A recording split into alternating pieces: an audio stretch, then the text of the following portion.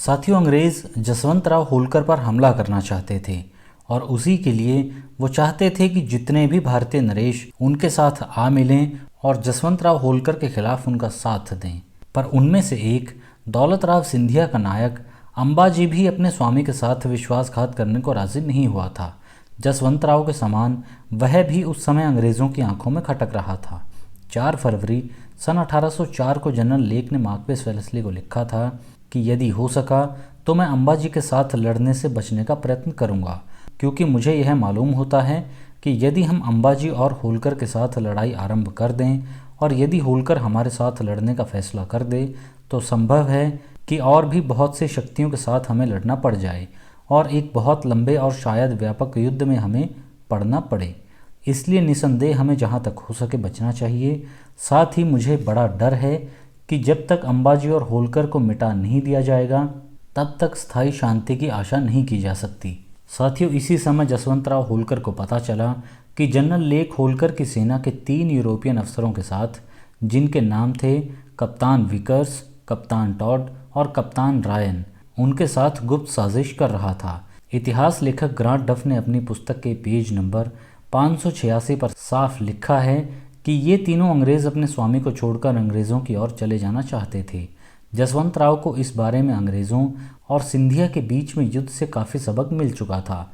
उसने तुरंत इन तीनों विश्वासघातकों को फौजी नियम के अनुसार मौत की सज़ा दे दी। लेक समझ गया कि जसवंत राव के साथ उसके गुप्त उपायों का चल सकना इतना सुगम नहीं था जितना सिंधिया के साथ। जसवंत राव होलकर की अंग्रेज़ों से इस समय केवल यह मांग थी कि जनरल वेलेस्ली ने मुझसे जो वादे किए हैं उन्हें पूरा किया जाए। जनवरी सन 1804 के अंत में सिंधिया और अंग्रेज़ों के बीच सुलह हो चुकने के बाद जसवंत राव ने एक पत्र जनरल वेलेस्ली को लिखा जिसमें उसने दक्षिण के कुछ जिले अंग्रेज़ों से मांगे थे। इसके 5 या 6 सप्ताह के बाद जनरल लेक की इच्छा के अनुसार जसवंत राव ने अपने वकील जनरल लेक के पास भेजे। 18 मार्च सन 1804 को इन वकीलों ने जसवंत राव की ओर से कुछ मांगे जनरल लेक के सामने पेश की थी, जिनमें से पहली यह थी कि होलकर को अपने पूर्वजों के रिवाज के अनुसार चौथ वसूल करने का अधिकार होना चाहिए। दूसरी यह थी कि होलकर राज्य के पुराने इलाके जैसे इटावा इत्यादि गंगा और जमुना के बीच के 12 जिले और एक जिला बुंदेलखंड का होलकर को मिल जाना चाहिए। तीसरी यह थी कि हरियाणा का इलाका जो पहले होलकर कुल के राज्य में था फिर उसे मिल जाना चाहिए। चौथी यह थी जो प्रदेश इस समय होलकर के राज्य में हैं उसमें भविष्य में हस्तक्षेप न करने की जमानत होनी चाहिए और जिस तरह की संधि अंग्रेज़ों ने सिंधिया के साथ की है उसी तरह की होलकर के साथ होनी चाहिए। साथियों, जो इलाके होलकर ने अंग्रेज़ों से मांगे थे उनमें से बहुत से पहले होलकर राज्य में शामिल रह चुके थे और मराठों की आपसी लड़ाइयों या मराठों और अंग्रेज़ों की लड़ाइयों में होलकर कुल से छीने गए थे।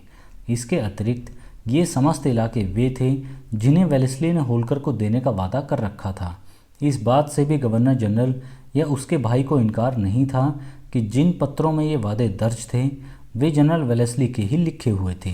परंतु अंग्रेज़ जसवंत राव से अपना काम निकाल चुके थे। समस्त मराठा मंडल में अब वही एक बलवान नरेश रह गया था जिसे कुचलना बाकी था। जनरल लेक होलकर से युद्ध छेड़ने के लिए उत्सुक था। लेक अपनी कुछ सेना सहित फरवरी सन 1804 को होलकर की उत्तरी सीमा की ओर बढ़ा। आने जाने का उस और केवल एक ही मार्ग था। लेक ने इस मार्ग को अपनी सेना से रोक लिया। उसके बाद अप्रैल के शुरू में लेक ने 3 पलटनें पैदल जयपुर की ओर रवाना कर दी, जिनका उद्देश्य जयपुर के राजा पर रौब जमाकर उसे होलकर के विरुद्ध अपनी ओर करना था। जसवंत राव समझ गया कि अंग्रेज़ धोखे से मुझ पर हमला करना चाहते हैं। इस समय लेक ने जो अनेक प्राइवेट पत्र गवर्नर जनरल को लिखे थे उनमें अंग्रेज़ों के पुराने मित्र और हित साधक जसवंत राव के लिए शैतान और डाकू जैसे शब्द प्रयोग में लाए गए थे और जसवंत राव की मांगों को अपमानजनक बतलाया गया था। कहा जाता है कि इसी समय जसवंत राव ने भारत के कुछ हिंदू और मुसलमान नरेशों को अंग्रेज़ों के खिलाफ अपने साथ मिलाने की कोशिश की थी। जसवंत राव अंग्रेज़ों के बदले हुए रुख को इस समय खूब देख रहा था। वह देख रहा था कि अंग्रेज़ ऊपर से उससे मित्रता की बातें कर रहे थे, साथ ही अपने वादों को टाल रहे थे, उसकी सेना के अफसरों को अपनी ओर फोड़ रहे थे और उसकी सरहद पर फौजें जमा कर रहे थे। वह अब इस बात को समझने लगा था कि केवल स्वार्थ की दृष्टि से भी उसने अपने जीवन में यदि कोई सबसे बड़ी भूल की थी तो वह यह थी कि उसने इन विदेशियों के वादों और उनकी मित्रता पर विश्वास किया था। ऐसी सूरत में उसका भारत के दूसरे हिंदू और मुसलमान नरेशों की सहानुभूति अपनी ओर करने का प्रयत्न करना कोई विचित्र बात नहीं थी। फिर भी यह एक विचित्र बात अवश्य है कि ब्रिटिश भारत के इतिहास में जब कभी भी अंग्रेज़ों के मन में किसी भारतीय नरेश के साथ युद्ध करने की इच्छा उत्पन्न हुई है, तब इस तरह के पत्र कहीं न कहीं से उनके हाथ आ गए हैं। कई सूरतों में इस तरह के पत्र पूरी तरह जाली साबित हो चुके हैं। आयरलैंड और भारत के अंदर जनरल लेक के अन्य कारनामों को देखते हुए जसवंतराव होलकर के इन पत्रों और उनके उत्तरों को जाली होना कोई आश्चर्य की बात नहीं हो सकती। अधिक संभावना यही है कि यह समस्त पत्र व्यवहार जाली था। जो भी रहा हो, 4 अप्रैल सन 1804 को लेक ने यह पत्र गवर्नर जनरल के पास भेजे और उसके साथ गवर्नर जनरल को यह सूचना दी कि मैं उत्तर की ओर खास मोर्चों पर सेनाएं जमा करने वाला हूं। वास्तव में होलकर के साथ यह युद्ध की प्रस्तावना थी। जसवंतराव होलकर ने कोशिश की कि किसी तरह शांति से सब मामले का निपटारा हो जाए। उसकी मांगों में कोई भी बात न्याय के विरुद्ध नहीं थी। वह अंग्रेज़ों से केवल उनके वादों की पूर्ति चाहता था। 27 मार्च सन 1804 को उसने जनरल लेक को एक पत्र लिखा जिसमें उसने जनरल लेक का ध्यान फिर जनरल वेलेस्ली के वादों की ओर दिलाया। उन वादों की पूर्ति चाहिए और लिखा कि मित्रता का संबंध पत्रों के आने जाने या एक दूसरे की ओर रिवाजी आदर सत्कार दिखलाने पर निर्भर नहीं है। उचित यह है कि नतीजे को अच्छी तरह सोच समझकर आप पहले मुझे यह सूचना दीजिए कि आप सब झगड़ों को तय करने, प्रजा की सुख शांति में बाधा न पड़ने देने और मित्रता कायम रखने के लिए किन किन उपायों की तजवीज़ करते हैं, ताकि उसके बाद मैं आपके पास एक ऐसा विश्वस्त आदमी भेज सकूं जिसे दोनों पक्ष मंजूर कर लें। आपके प्रेम पर हर तरह विचार करते हुए कंपनी या उसके मित्रों की ओर मेरे दिल में किसी तरह की शत्रुता के विचार नहीं हैं। हमारी इस मित्रता को बनाने के लिए आप भी प्रेम पत्र भेजने की मुझ पर कृपा करते रहिए।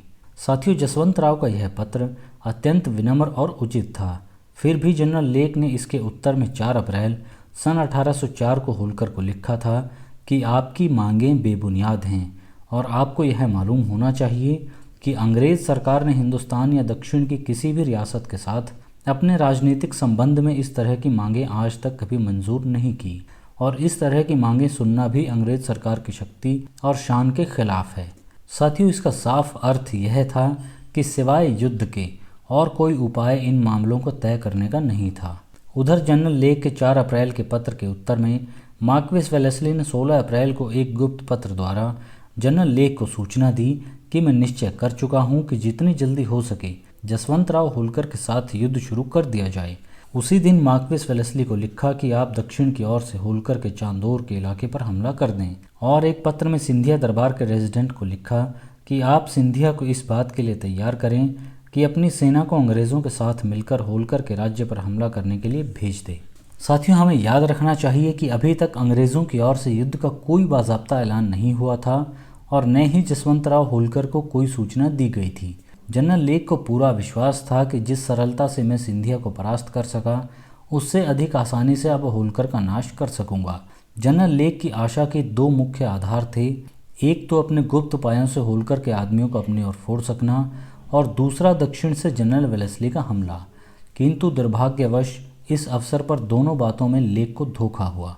जब से जसवंतराव ने अपनी सेना के 3 विश्वासघातक यूरोपियन अफसरों को मरवा डाला था, तब से उसकी सेना में और विश्वासघातक पैदा कर सकना जनरल लेक के लिए असंभव हो गया था। दूसरा, जनरल वेलेस्ली की ओर से भी लेक की आशा पूरी नहीं हो सकी। जनरल वेलेस्ली की असफलता के कई कारण थे। मुख्य यह था कि अंग्रेज़ों के पिछले दुर्व्यवहारों के कारण वेलेस्ली को इस बार भारतीय प्रजा से रसद इत्यादि की सहायता नहीं मिल सकती थी। वेलेस्ली की कठिनाइयों को बयान करते हुए जेम्स मिल ने लिखा है कि ऐसे देश से सेना का लाना और ले जाना जिसमें रसद और चारा बिल्कुल नहीं मिल सकता था, जनरल वेलेस्ली को इतना खतरनाक मालूम हुआ कि उसने लिख दिया कि होलकर के दक्षिणी इलाके चांदौर पर हमला करना वर्षा शुरू होने से पहले मेरे लिए करीब करीब असंभव है। जनरल वेलेस्ली ने, जो इस बात को जानता था कि पिछले संग्रामों में उसके अत्याचारों और प्रतिज्ञा भंग का भारतवासियों पर कितना बुरा असर पड़ा है, मार्च सन 1804 को जनरल स्टुअर्ट को लिखा कि दक्षिण से उत्तर हिंदुस्तान को सेना ले जाना ठीक नहीं होगा। यदि हमारी सेनाएं चांदौर से उत्तर में चली गई तो नीचे पेशवा और दक्षिण के सूबेदार निज़ाम दोनों के इलाकों में 50 होलकर खड़े हो जाएंगे। नर्मदा और ताप्ती के बीच की पहाड़ियों से निकल सकना हमारे लिए अत्यंत दुष्कर हो जाएगा। 20 अप्रैल सन 1804 को जनरल वेलेस्ली ने मेजर मैल्कम को लिखा कि मैं दक्षिण से सेना हटाने की हिम्मत नहीं कर सकता। जनरल वेलेस्ली ने जनरल लेक पर जोर देना शुरू किया कि पहले आप बतौर उत्तर जसवंत राव पर हमला करें, किंतु ठीक यही कठिनाई जो दक्षिण में वेलेस्ली की थी, उत्तर में लेक को भी थी। साथियों, इस वीडियो में फ़िलहाल इतना ही। इसके बाद की घटना को मैं आपको अगली वीडियो में बताऊंगा। अगली वीडियो में आपसे फिर मुलाकात होगी। नमस्कार।